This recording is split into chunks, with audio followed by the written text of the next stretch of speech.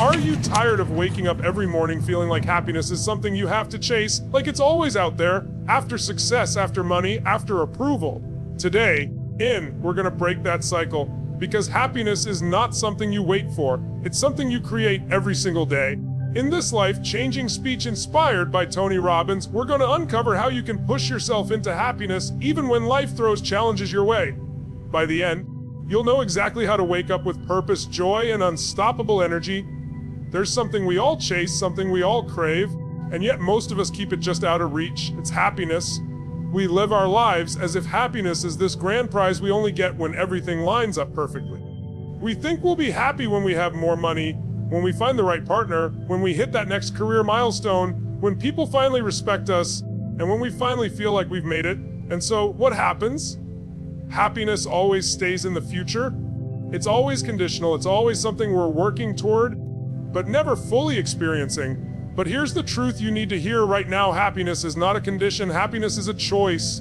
It is not something you wait for it is something you create moment by moment with the decisions you make, with the way you direct your mind, with the way you use your body, and with the way you choose to interpret your world. Most people live their entire lives thinking happiness is a reward. They think it comes after hard work, after success, and after recognition, after the storm is over. But if happiness is always on the other side of achievement, you'll never truly get it. Why? Because the moment you achieve one thing, your brain immediately goes to the next challenge, the next problem, the next gap between where you are and where you think you need to be. It's a treadmill. You run faster, you accomplish more, but you don't feel any closer to happiness because you've made happiness conditional on circumstances outside your control. Happiness is not something you chase, it's something you decide on, and that decision is available to you right now in this very moment, no matter what's going on in your life. Think about it, people in the worst conditions, in the toughest environments, often find ways to smile, to laugh, to dance, to celebrate life. And on the other hand, people with wealth, fame, privilege, and power are often miserable, depressed, or empty inside. So it's not the condition. It's never been the condition. It's the choice you make about how you live, how you focus, and how you feel. Let's take an example.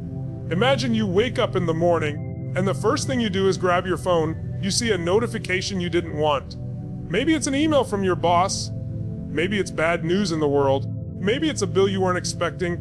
Immediately, you feel stress, you feel fear, you feel anxiety. You've already let an external condition dictate your internal state. But here's the thing, you had another option. You could have started that same morning by taking a deep breath, moving your body, thinking of 3 things you're grateful for, and deciding that no matter what comes your way, today is going to be a good day. One decision, one shift in focus completely changes the way you experience that day. Same conditions, different choice. The truth is, happiness is built in the small moments, in the little decisions you make over and over again. When you decide to smile instead of frown, when you decide to see the opportunity instead of the obstacle, when you decide to appreciate what you have instead of complaining about what you don't. These are choices.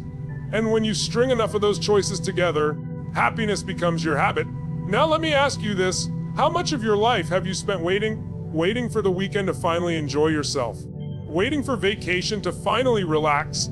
Waiting for that person to love you so you can finally feel worthy? Waiting for the money to come in so you can finally feel secure? Waiting.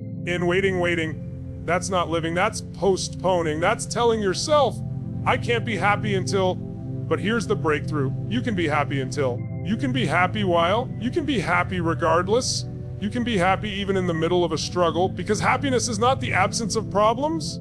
Happiness is the presence of resourcefulness, of gratitude, of a decision to live fully in this moment. The people who live extraordinary lives aren't the ones who have never had problems. They're the ones who learn to choose happiness regardless of problems. They chose to smile in the storm. They chose to dance in the struggle. They chose to find meaning in the mess. And because of that, they didn't just survive, they thrived. So how do you make happiness a choice? It begins with awareness. You have to catch yourself in the act of giving away your happiness to conditions. You have to notice when you're saying, I'll be happy when, and stop yourself. Happiness is not a destination. Happiness is a state. And states are created by your focus in your language and your physiology. What are you focusing on right now? Are you focusing on what's missing, on what's wrong, on what could go bad? Or are you focusing on what's working, on what's beautiful, on what you can appreciate right now? Because your focus determines your feelings. What language are you using with yourself? Are you saying, I'm stressed, I'm overwhelmed, I'm miserable? Or are you saying, I'm blessed, I'm grateful, I'm excited? Because the words you choose create the emotions you live. And what's your body doing? Are you slouched over, breathing shallow, looking defeated? Or are you standing tall, breathing deeply, moving with energy? Because your body is the fastest way to shift your emotions. You want to be happy? Decide to be happy. Use your focus to find what's good. Use your language to empower yourself. Use your body to put yourself in a peak state. And the more you practice, the more automatic it becomes. Happiness stops being something you chase and starts being something you live. And don't confuse happiness with ignoring reality. Choosing happiness doesn't mean you pretend problems don't exist. It doesn't mean you never feel sadness, anger, or fear. It means you don't get stuck there. It means you use those emotions as signals, as messengers, and then you return to happiness as your home base.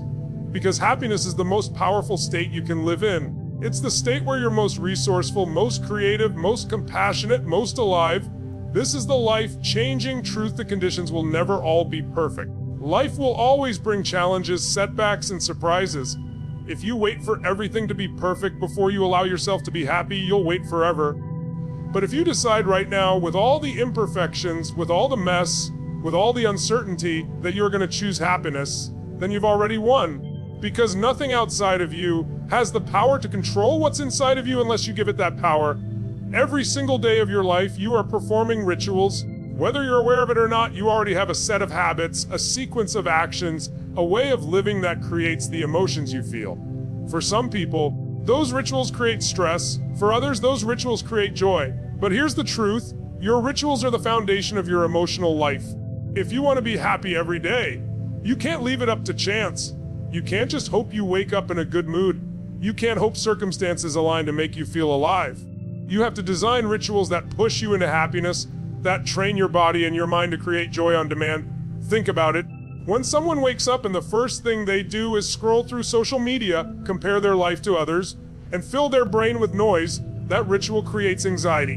When someone rolls out of bed without energy, without movement, without gratitude, that ritual sets the tone for a day of stress. The emotions you feel consistently are not accidents. They're the results of rituals repeated over and over again. Now imagine the opposite. Imagine waking up and instead of reaching for your phone, you reach for your breath. You take a moment to breathe deeply, to connect with your body. You move, even if it's just for a few minutes, because motion creates emotion. You say out loud the things you're grateful for, because gratitude destroys fear. You focus on what's possible, because focus shapes reality. Those rituals don't just make you feel good for a moment. They condition your nervous system to live in happiness. The difference between people who are consistently happy and those who are consistently stressed isn't luck, and it isn't just personality, it's rituals. It's the repeated, daily actions that shape their state. If you don't take control of your rituals, life will design them for you, and chances are they won't serve you. But the moment you take charge, the moment you start designing rituals that lift you up, your life changes because your state changes. I want you to think about athletes, artists, leaders, people who perform at the highest level. Do you think they leave their emotions to chance? No. They have rituals. They prepare their minds and bodies daily. They condition themselves to be in peak states because they know their performance depends on it. Now, happiness is the same way. If you want to live in happiness every day, you've got to train it. You've got to design rituals that create it. Let's dive deeper. Every ritual you perform touches your physiology, your focus, and your language. These are the three forces that create your emotions. Your physiology, how you move, how you breathe, how you use your body. Your focus, what you pay attention to, what you give meaning to. Your language, the words you use to describe your life. If your rituals don't align with these three forces, they will pull you down instead of lift you up. Let's start with physiology. The moment you move your body, you change your state. If you slump your shoulders, breathe shallow, stare down at the ground and drag your feet, your body tells your brain to feel tired, unmotivated, and unhappy. But if you stand tall, breathe deeply, and move with power, you send an entirely different signal. Your rituals must include movement. Even 5 minutes of intense motion in the morning can shift your entire day. Happiness is not an idea, it's a state, and the fastest way to change a state is through the body. Now let's talk about focus. What you consistently focus on becomes your reality. If you wake up and focus on what's wrong, on what you don't have, on what's missing, your brain will create unhappiness. But if you train your focus to find what's good, what's possible, what you can appreciate. Happiness becomes automatic. Rituals of focus could be as simple as writing down 3 things you're grateful for every morning, or as powerful as spending a few minutes visualizing the life you want to create. These rituals rewire your brain to look for the good, and what you look for, you will find. Then there's language. The words you use daily shape the way you feel. If your ritual is to say, I'm exhausted, I'm stressed, I'm stuck, your nervous system responds by giving you more exhaustion, more stress, more the feeling of being stuck. But if your ritual is to say, I'm blessed, I'm unstoppable, I'm grateful, your brain will search for evidence to support those words. Change your habitual language and you change your habitual emotions. The beauty of rituals is that they don't have to be huge to make a difference. A small ritual done consistently has power. Taking 2 minutes in the morning to stretch and breathe. Saying one empowering phrase every time you look in the mirror. Pausing before meals to give thanks for the food you're about to eat. Smiling intentionally when you step outside. These seem small, but stack them together and repeat them daily, and you are programming your mind and body for happiness. Here's what most people don't realize: your brain is a pattern recognition machine. It looks for what you feed it. If your rituals feed it stress, comparison, and negativity, that's the pattern it learns to repeat. But if your rituals feed it gratitude, movement, growth, and contribution, it learns to repeat those instead. Your rituals are like software for your nervous system. The question is, what are you programming yourself for? It's not enough to just understand this intellectually. You've got to live it. You've got to make happiness a practice, not a concept. You wouldn't expect to get strong by going to the gym once, right? You wouldn't expect to be healthy by eating one salad. Strength comes from consistent training. Health comes from consistent choices, and happiness comes from consistent rituals. When you make rituals part of your life, you no longer leave your emotions to chance. You don't wake up and hope to be happy. You create happiness. You don't wait for the world to line up perfectly. You align yourself daily. This is how you build emotional muscle. This is how you train your nervous system to live in joy no matter what. And here's what's incredible. Once you make happiness rituals part of your life, they compound. One day of gratitude makes you feel good, but 30 days of gratitude reprogram your brain. One day of movement gives you energy, but months of movement transform your body and your mood.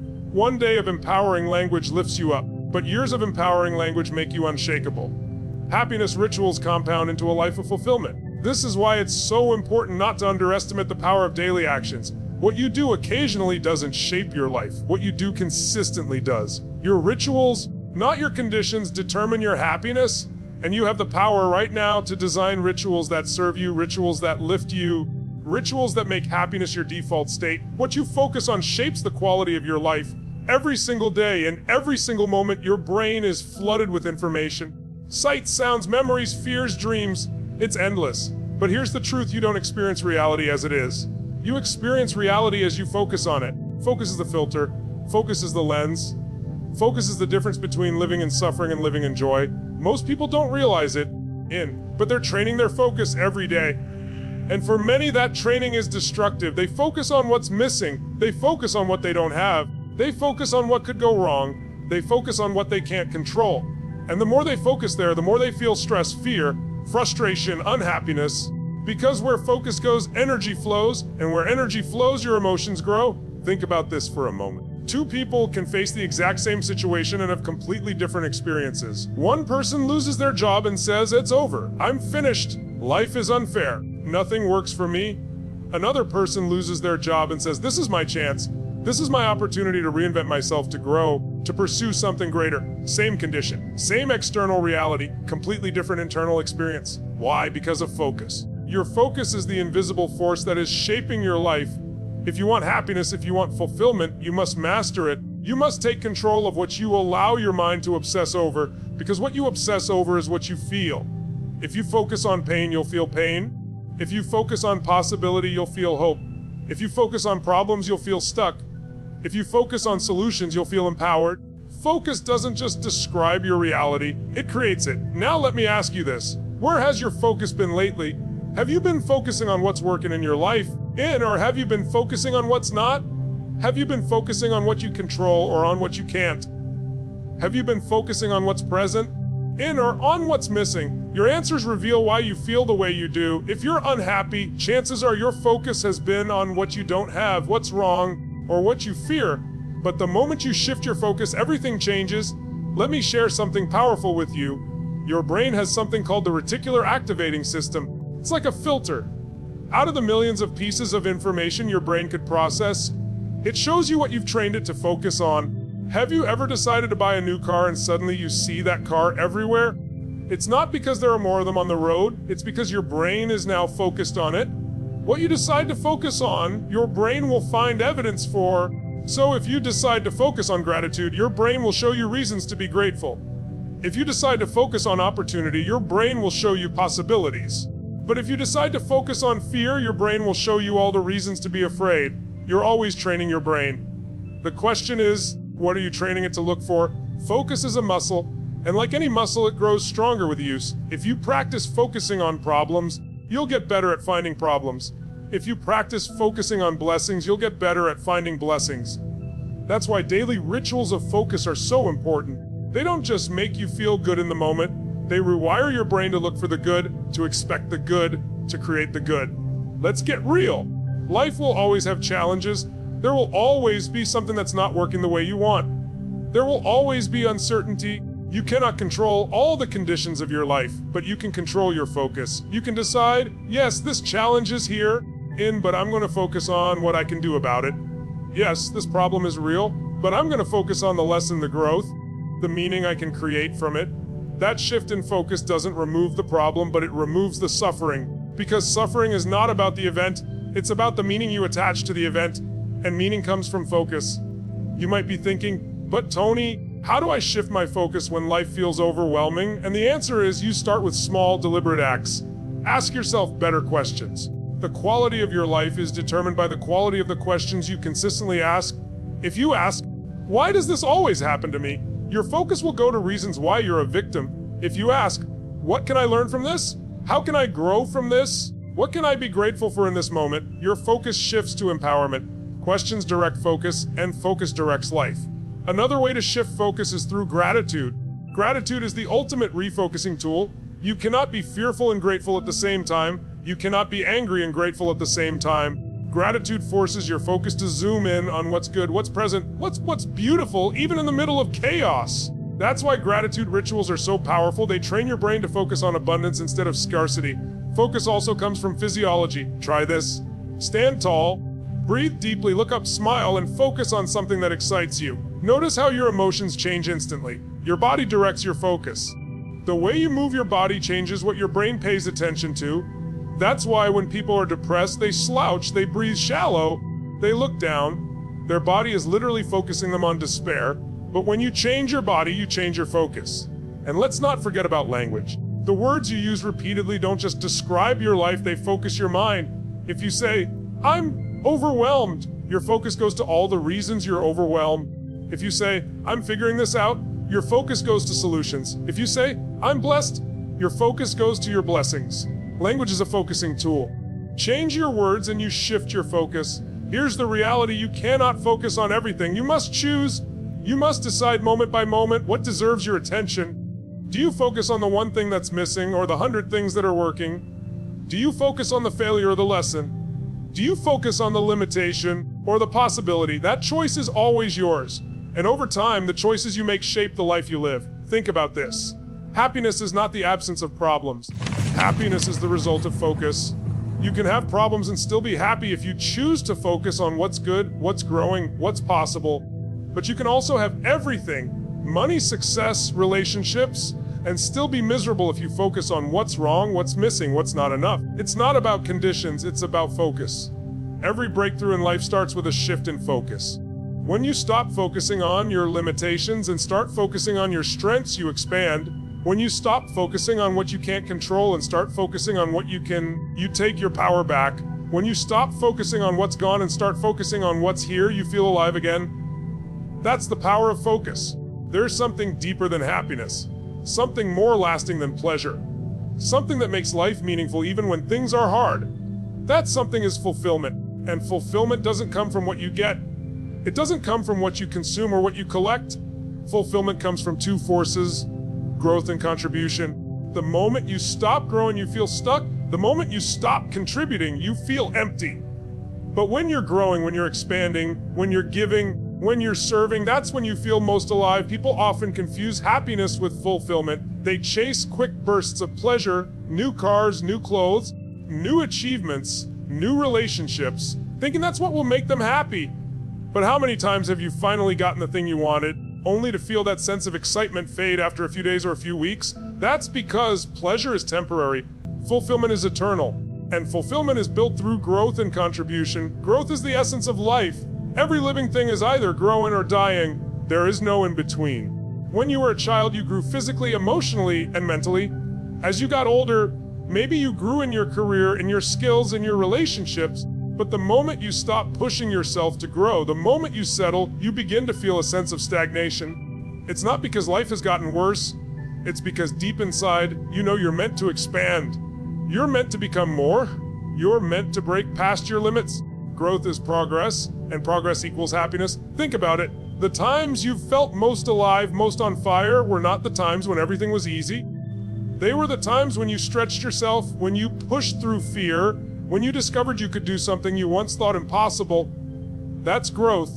And growth is addictive because every time you expand, every time you overcome, you don't just build skills, you build identity. You start to see yourself as more, as capable, as powerful. But growth alone is not enough. Because if all you ever do is grow for yourself, you'll still feel an emptiness inside. Contribution is the other half of the equation. Contribution is the act of giving beyond yourself. It's the realization that life is not just about you, it's about what you bring to others. Contribution is what makes growth meaningful. Because when you take the growth you've experienced and you use it to help others, to uplift others, to serve something greater than yourself, that's when life becomes rich. Contribution can be simple. It doesn't mean you have to change the entire world overnight. It means you change someone's world today.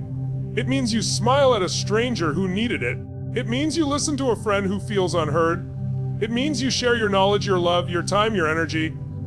Contribution is not about the size of the action, and it's about the intention behind it. When you live to contribute, you tap into a source of energy far greater than yourself. Look at history. The people we admire most, the people who left legacies that live long after they're gone, were not the ones who simply collected the most wealth or achieved the most recognition. They were the ones who grew into their potential and then gave it away. They were the ones who took their pain and turned it into purpose, who took their struggles and turned them into service. Contribution transforms suffering into meaning. It transforms success into significance. Now let me ask you something. When was the last time you pushed yourself to grow in a way that scared you? When was the last time you contributed to someone else's life without expecting anything in return? Those moments, those choices, those actions, that's where fulfillment lives. That's where you feel not just happy, but whole. So many people are searching for meaning, and they don't realize that meaning is created. It's created when you grow beyond your old self, and it's created when you give beyond your own needs. Without growth, life feels stagnant. Without contribution, life feels shallow. But with both, life feels extraordinary. Here's the truth: you can have everything, money, success, recognition, and still feel empty if you're not growing and not giving. But you can have very little and still feel rich if you're expanding as a human being and serving others with love. Because in the end, fulfillment is not about conditions, it's about choices. It's about the choice to keep evolving and the choice to keep contributing. Growth requires courage. It requires stepping into discomfort, into uncertainty, into the unknown. Growth means breaking the patterns that hold you back, challenging the beliefs that keep you small, and daring to take action even when you don't feel ready. Growth is not always comfortable, but it is always worth it. Because every time you grow, you open doors to new possibilities. Every time you grow, you create more capacity to live, to love, to give, and contribution requires heart. It requires shifting the focus from me to we. It requires looking at the people around you and asking, how can I serve? How can I make a difference? How can I add value? Contribution is not about losing yourself, it's about expanding yourself. It's about realizing that the more you give, the more you have. The more love you give, the more love you feel. The more energy you share, the more energy you create in. Contribution multiplies what you already have. When you combine growth and contribution, you unlock the highest level of fulfillment. Because every time you grow, you have more to give. And every time you give, you create a reason to grow even more. Growth feeds contribution. Contribution fuels growth. Together, they create a cycle of fulfillment that can last a lifetime. Think about the moments in your life where you felt proud, where you felt deeply satisfied. Weren't those the moments where you became more than you were yesterday or gave something of yourself to someone else? That's the formula. It's not complicated. It's not hidden. It's simple, but it's powerful. Growth and contribution are the twin engines of a meaningful life. And here's the best part. You don't need perfect conditions to grow. You don't need unlimited resources to contribute. You can grow with every challenge life throws at you. You can contribute in ways that cost nothing but mean everything. Growth and contribution are always available in every moment to every person, no matter where they are. That's why they're the true path to fulfillment. So here's what it all comes down to. Happiness is not luck. It's not a gift someone hands you. It's not something you wait for or chase after. Happiness is a choice you make every single day, regardless of your circumstances. It begins the moment you decide that no matter what's happening around you, you will create joy within you. And that choice becomes powerful when you back it with rituals, because willpower alone fades. But rituals, those daily habits of gratitude, of movement, of reflection, of kindness, those are what condition your mind and body to feel alive every single day. The secret is not in doing something once. It's in creating a rhythm, a pattern, a set of practices that elevate your state consistently. And once you build those rituals, it's about mastering your focus. Because whatever you focus on, you will feel.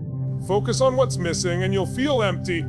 Focus on what's wrong and you'll feel defeated.